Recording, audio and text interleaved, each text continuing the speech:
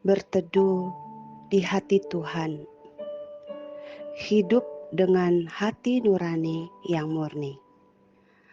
Mari saudaraku yang terkasih di dalam Tuhan, pada hari ini kita akan membaca firman Tuhan dari Kisah Para Rasul, pasalnya yang ke-23, ayat yang pertama, dan Kisah Para Rasul pasal 24, ayat 16. Kisah Rasul 23 ayat 1. Sambil menatap anggota-anggota Mahkamah Agama, Paulus berkata, "Hai saudara-saudaraku, sampai kepada hari ini aku tetap hidup dengan hati nurani yang murni di hadapan Allah." Pasal 24 ayat 16. Sebab itu aku senantiasa berusaha untuk hidup dengan hati nurani yang murni di hadapan Allah dan manusia. Saudaraku yang terkasih di dalam Tuhan, sebuah pelayanan yang berkenan di hadapan Tuhan tidak diukur dari berapa lama dia melayani Tuhan, berapa hebatnya dia melayani Tuhan, dan senioritas di dalam pelayanan. Tetapi sebuah pelayanan yang berkenan di hadapan Tuhan adalah pelayanan yang dilakukan dengan hati yang murni di hadapan Allah. Dan hari ini kita mau belajar dari Rasul Paulus, bagaimana hidupnya di dalam melayani Tuhan, memiliki hati yang murni di hadapan Tuhan. Dan itu dipertanggungjawabkan di dalam tantangan yang dihadapi Rasul Paulus, khususnya terhadap orang-orang yang selalu berusaha untuk menjatuhkan Paulus, orang-orang yang selalu berusaha untuk menghalang-halangi pelayanannya, orang-orang yang tidak menyukai Rasul Paulus. Tapi saudaraku, kita sudah belajar sampai pada pasal 23 dan 24 ini, saudara. Kita belajar bagaimana Paulus tetap konsisten di dalam melayani Tuhan. Walaupun tantangan yang dia dapat terus-menerus terjadi. Walaupun di tengah-tengah orang yang sangat membenci Rasul Paulus. Tetapi dia tidak pernah melihat situasi itu menjadi penghalang untuk dia melayani Tuhan. Itulah hati yang murni. Hati yang murni adalah hati yang melayani Tuhan tanpa mencari keuntungan bagi diri sendiri.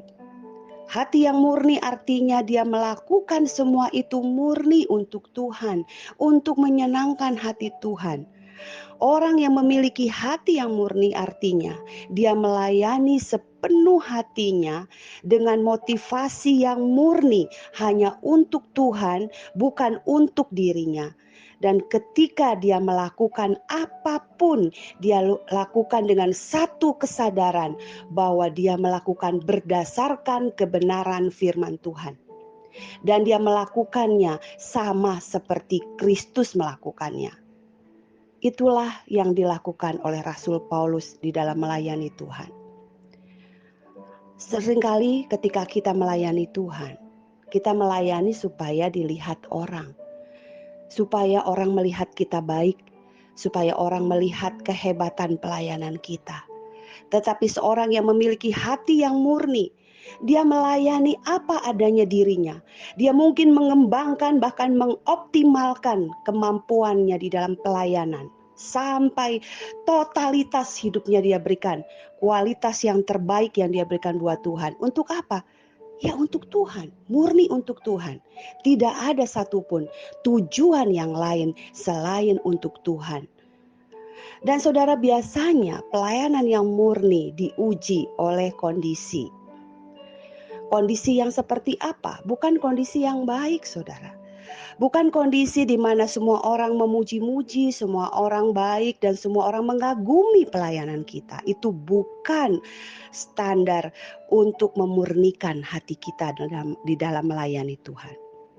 Kemurnian hati kita di dalam melayani justru diuji oleh berbagai macam tantangan dan kesulitan di dalam pelayanan.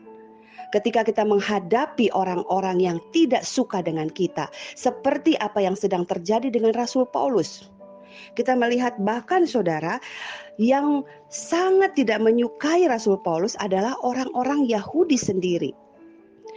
Orang-orang yang sama dengan Rasul Paulus, dan mereka adalah mahkamah agama, saudara.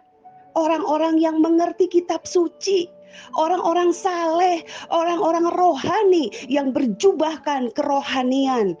Saudara, justru orang-orang itu yang melawan Rasul Paulus. Justru orang-orang seperti itu yang ingin membunuh Rasul Paulus, saudara. Dan berusaha mendakwa, mencari-cari kesalahan dari Rasul Paulus. Tetapi di hadapan mereka, dengan berani, dikatakan di sini, sambil menatap anggota-anggota mahkamah agama. Oh saudaraku, ketika seseorang dengan kejujuran dia berani menatap mata kita. Kelihatan orang itu jujur atau tidak dari bagaimana dia berani menatap kita atau tidak. Kalau seorang itu mengatakan sesuatu dengan menatap mata kita, maka orang itu pasti jujur. Tetapi kalau orang yang ada sesuatu yang dia tutupi, dia tidak akan berani menatap dengan tajam. Kita melihat saudara, di tengah-tengah tuduhan dakwaan dari mahkamah agama, Rasul Paulus menatap mata mereka dan berkata, "Hai saudara-saudaraku." Oh luar biasa saudara.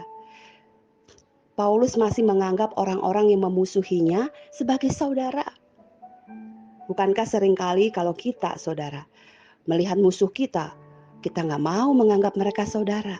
Tetapi Paulus mengatakan, "Hai saudara-saudaraku." Di sini sebenarnya Paulus mau ngasih tahu, kalian itu saudara dengan aku. Kenapa memperlakukan kejahatan seperti itu?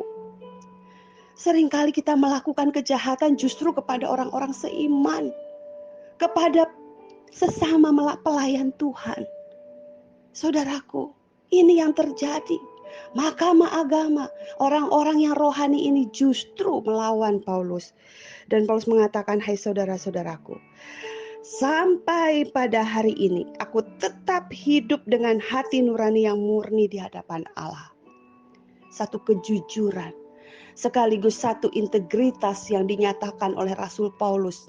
Dengan tujuan apa? Sama sekali seorang yang hatinya murni tidak punya tujuan untuk dirinya. Dia mau mengatakan ini, mau bilang kepada setiap mahkamah agama ini, bahwa yang terpenting di dalam hidup melayani Tuhan adalah memiliki hati yang murni di hadapan Tuhan. Karena kita bisa membohongi manusia. Kita bisa menutupi dengan jubah kerohanian di hadapan manusia, tetapi tidak di hadapan Allah. Paulus mungkin diragukan kemurnian hatinya oleh mereka sebagai manusia. Karena mereka penuh dengan dengki dan kemarahan, iri hati. Tetapi Paulus sadar, ada satu pribadi yang tidak bisa didustai. Ada satu pribadi yang tahu seperti apa hatinya. Itulah Tuhan. Karena itu dia katakan sampai hari ini, dia adalah seorang yang mempertahankan hati yang murni di hadapan Allah. Dan itu artinya Allah tahu apa yang ada di dalam hatinya. Saudaraku, mungkin orang salah paham dengan kita, tidak bisa memahami hati kita. Tidak masalah saudara. Yang terpenting adalah hati kita murni di hadapan Tuhan, di dalam kita melayani Tuhan. Apapun tuduhan orang terhadap kita, sekalipun mereka menuduh kita punya motivasi-motivasi yang tidak benar, saudaraku, kita tidak bisa menutup mulut mereka. Tetapi kita bisa berkata di hadapan Allah yang tidak pernah bisa kita bohongi, bahwa Dia melihat hati kita yang sesungguhnya. Itulah yang mau disampaikan oleh Rasul Paulus. Namun ternyata saudara, apa yang diterima oleh Rasul Paulus? Justru mahkamah agama ini semakin marah.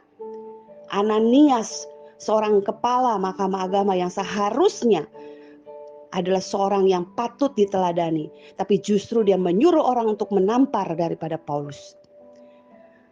Dan Paulus hanya mengatakan, bukan dengan pembalasan seperti yang kita bayangkan, saudara. Memang Paulus membalasnya dengan kata Allah yang akan menampar kamu. Saudaraku, ini bukan berarti Paulus mau balas dendam, tidak. Paulus mau menyerahkan keadilan kepada Tuhan. Biar Tuhan yang menampar. Artinya bahwa Tuhan adalah Allah yang pasti adil, saudara. Kejahatan apapun yang kita lakukan itu harus dipertanggungjawabkan di hadapan Allah. Kalau kita melakukan segala sesuatu yang jahat, yang buruk, kita akan mendapatkan konsekuensi itu dari Tuhan. Jangan kira semua kejahatan yang kita lakukan dengan terselubung dengan segala kejahatan yang kita lakukan terhadap seseorang, itu tidak bisa dilihat oleh Tuhan. Tuhan lihat, saudara. Dan Tuhan akan membalaskan berdasarkan apa yang kita buat. Paulus tidak pernah membalas, tetapi Paulus tahu Tuhan yang berhak untuk membalas apapun perlakuan yang diperlakukan jahat terhadap dirinya. Orang itu akan berhadapan dengan Tuhan yang dia layani. Ini yang membuat Paulus tetap berani. Namun saudara, ini juga yang membuat musuhnya semakin membenci dia. Musuh ketika berhadapan dengan kebenaran, dengan kekudusan, justru akan menjadi semakin ganas, saudara. Dan itu yang terjadi. Mereka bahkan sampai berkata, orang-orang Yahudi ini mengumpulkan sampai 40 orang lebih. Mereka berusaha untuk melakukan segala cara mendakwa Rasul Paulus supaya Rasul Paulus dibunuh. Mereka bahkan mengatakan, aku tidak akan makan dan minum sebelum membunuh Rasul Paulus. Kemarahan yang sangat besar menguasai hati orang-orang yang sudah dibutakan rohaninya. Orang-orang rohani yang sebenarnya buta rohani. Saudaraku, hati-hati. Mari kita menjaga hati kita supaya hati kita tetap murni. Rasul Paulus mengatakan, aku berusaha, saudara, senantiasa berusaha untuk hidup dengan hati nurani yang murni di hadapan Allah dan manusia. Saudara, ayat ini menggambarkan bahwa memiliki hati nurani yang murni itu bukan persoalan gampang dan singkat. Butuh waktu yang panjang dan lama.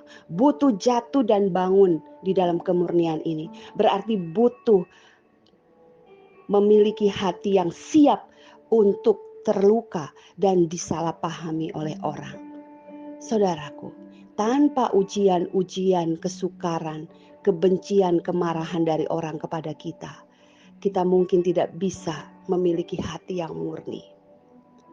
Pelayanan kita menjadi murni ketika kita menjadi orang yang rela menghadapi orang-orang yang mungkin tidak menyukai dan membenci kita. Pujian tidak akan pernah memurnikan kita. Sanjungan, penghormatan orang tidak bisa memurnikan kita. Tetapi kesukaran, kesulitan, penderitaan, orang meremehkan kita, orang yang jahat kepada kita, disitulah Tuhan sedang memproses hati kita menjadi hati yang murni bagi Tuhan dan di hadapan Tuhan dan juga manusia. Bagaimana dengan kita? Ketika kita menghadapi kesukaran dan kesulitan di dalam melayani Tuhan, apakah kita tetap mau melakukannya? Apakah kita tetap mengasihi orang-orang yang berbuat jahat kepada kita? Apakah kita tetap setia, tidak berubah? Saudaraku, biarlah kita menjadi orang-orang seperti Paulus yang memiliki hati yang murni. Berusaha, saudara. Jatuh bangun tidak apa. Lakukan lagi. Dan biarlah Tuhan berkenan dengan hidup kita. Karena kita memiliki hati nurani yang murni di hadapan Allah dan di hadapan manusia. Tidak masalah dibenci oleh orang. Tidak masalah kita disalahpahami oleh orang. Tidak masalah orang melihat kita dengan salah. Tetapi yang terpenting kita melakukan apa yang benar di mata Tuhan. Tidak perlu dipuji orang. Karena disitulah kemurnian sedang dikerjakan oleh Allah di dalam diri kita. Mari kita jalankan hidup Kristen kita dengan semangat dan berani dan tetap kuat di dalam melayani Tuhan dan hidup bagi Tuhan. Tuhan Yesus memberkati saudara. Amin.